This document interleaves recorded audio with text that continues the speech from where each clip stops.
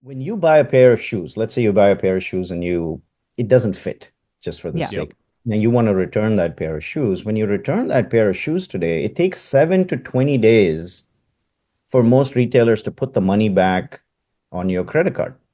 Right. Now, it's not that the payment rails don't exist to put that money back on your credit card. The payment rails exist. They could put it back tomorrow if they wanted to put it. But the reason they hold it is because they have to wait for you to send those pair of shoes back. They have to open the box and they have to make sure that the shoes that you bought is the shoes that you returned. You didn't return like a stone in there.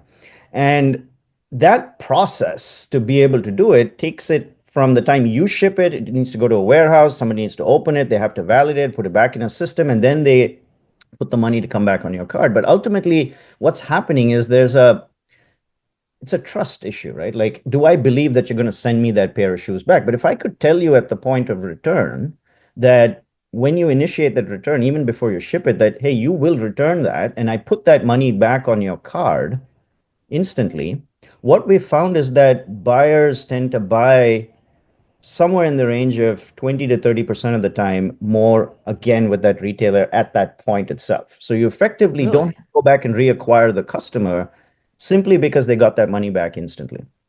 And that's a Hmm. big deal, right? Because Yeah. reacquisition cost is pretty expensive. So what's happening in the market, you'll see, is that more and more retailers are going to realize that this concept of instant refunds Hmm. is going to become the norm for the future.